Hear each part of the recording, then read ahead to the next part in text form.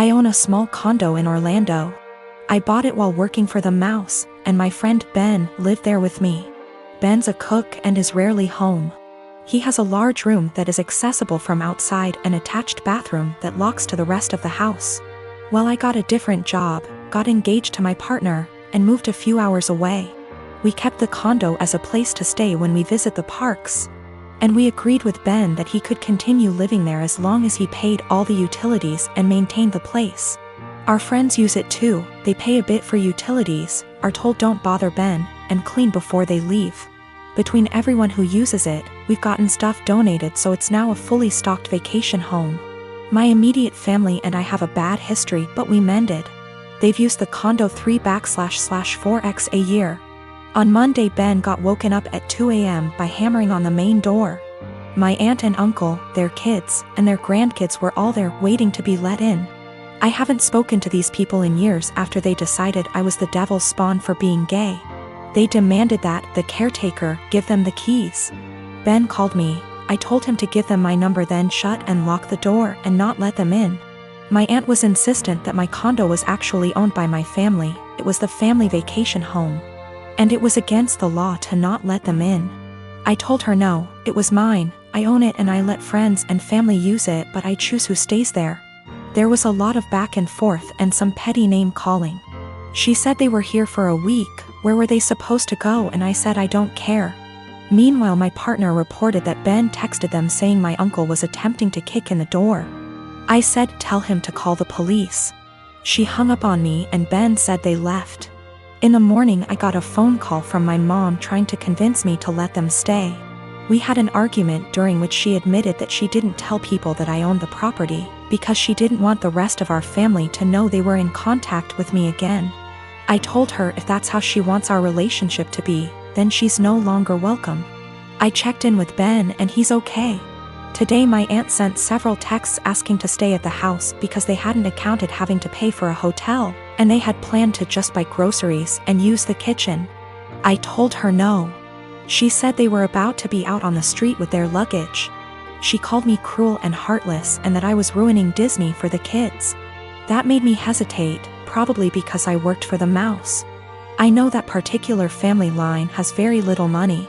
Yet I find it hard to believe someone would plan a whole vacation without accounting extra funds for it. But the kids are really young. I'm so furious over the homophobia that it feels like a point of pride to deny them access. My fiancé Ollie and I have been together for 4 years, living together for 2, recently got engaged. Our relationship has been great for the most part. One of the few things we disagree on is animals. I love animals and Ollie feels indifferent towards most animals. To give a little background about me, I've always been an animal lover. Throughout my childhood, my mom hated animals, especially dogs.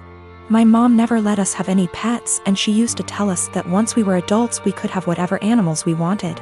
When I moved away for college, I lived on campus for 4 years, and therefore couldn't have any pets. I've wanted a dog for as long as I could remember, but up until recently it wasn't in the cards for me to have a dog. Ollie and I currently live in a not-so-pet-friendly city for renters. I always lived in apartments that never allowed pets, even with a pet deposit. When Ollie and I met, I told her about wanting to get a dog someday. Ollie told me that she doesn't like a lot of dogs, but would be open to the right dog. This was in the very beginning of us meeting. I basically made it really clear that I will own a dog one day. Throughout our relationship, I would occasionally bring up wanting a dog. Ollie would remind me that our apartment doesn't allow for pets, which was true. Ollie and I agreed that once we moved into a place that allowed for pets, we would look into getting a dog. About 2 months ago, Ollie and I moved into a house just outside of the city we work in. The house is a good size for the 2 of us, plus extra. The landlord is pet-friendly, and the house has a huge, fenced-in yard. It's a much more residential area, and there's a dog park about 3 blocks from the house. On top of the house being perfect for a dog, I'm in a financial place where I can afford a dog. I make very good money and I don't have to travel for work. I'm mentally prepared for potential pet fees and other expenses for having people watch the dog. Since we're finally settled in the house, I decided to mention to Ollie again about going to the shelter and looking at the adoptable dogs. Only this time, Ollie didn't have an excuse for why we couldn't get one. After a few weak excuses, sometimes we go away, Ollie broke down and told me that she doesn't want a dog. In fact, she's never wanted a dog. She was hoping I would forget about my dreams of wanting a dog. I'm not sure what to do. I'm trying to reason with Ollie, but she said her answer will always be no to a dog. She just doesn't like them and doesn't want them. She basically gave me an ultimatum, either her or my potential dog. I'm feeling shitty about this, because I always made it clear to her that I was going to want a dog someday. I feel like she was banking on something unrealistic, and now she's putting me in a lousy spot. My husband Derek and I have been married for 3 years, together for 7 total. Several years ago, about 6 now, I guess, I worked closely with a male coworker, Paul, that Derek was never fond of. Paul and I never had an inappropriate relationship. Derek's jealousy wasn't completely out of nowhere. I get why he felt that way. Those couple years were a perfect storm of relationship stress. I was working long hours. We were living apart after trying and failing to move in together. Our relationship was still fairly new. And then you add in a handsome coworker I had to spend long hours with and saw more than my boyfriend at the time. Paul was the source of several fights. Again, we never did anything that wasn't completely kosher. Eventually I told Derek he needed to trust me and get over it, or we were going to have to break up. He said he would stop worrying, and for the most part things were good. When Paul transferred out of state a few months later, things were really good.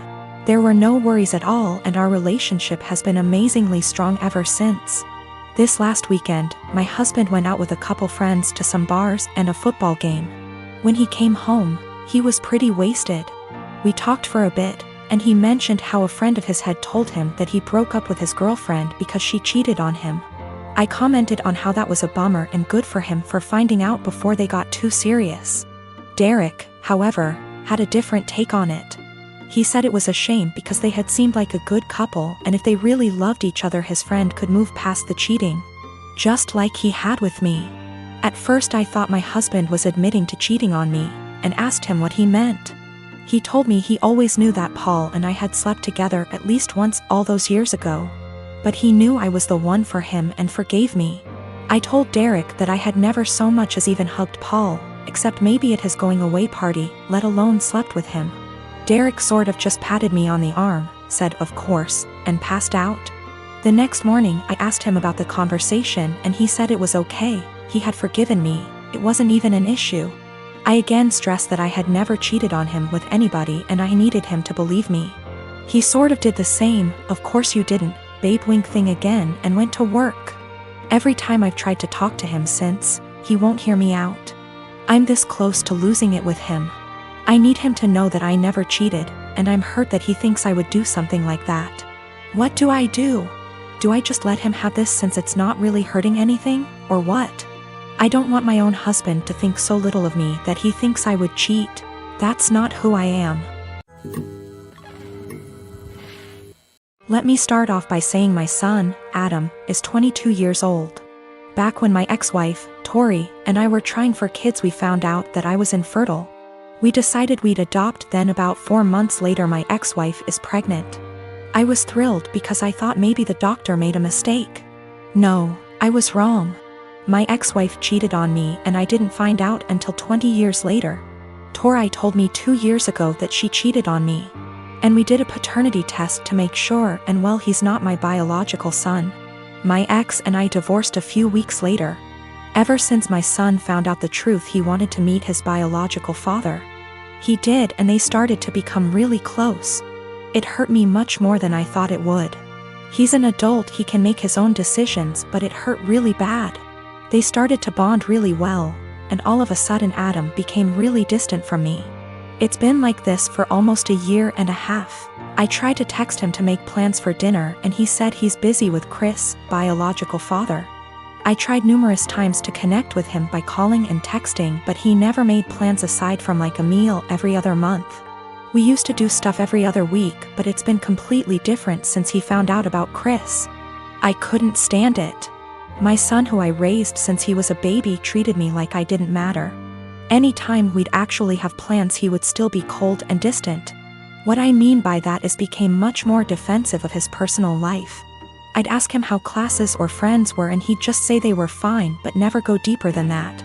He also changed his major from econ to computer science and didn't even mention it to me until a year later.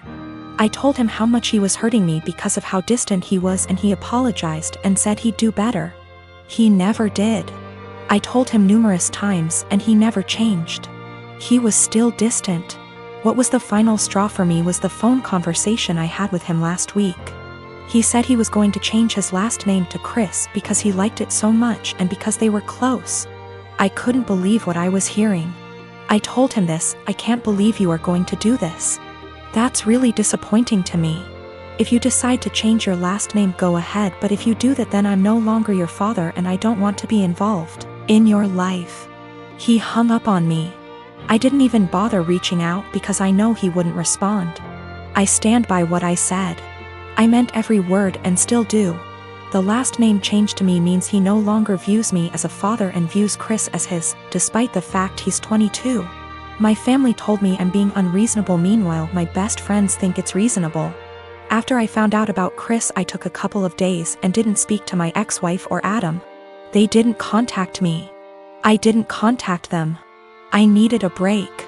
A lot of you are asking for a deeper meaning behind this, and I think I finally figured out why he's been so cold. A few months before my wife told us the truth, we were in a very long argument. His grandma, my mother, left a big inheritance for him that I am fully in charge of.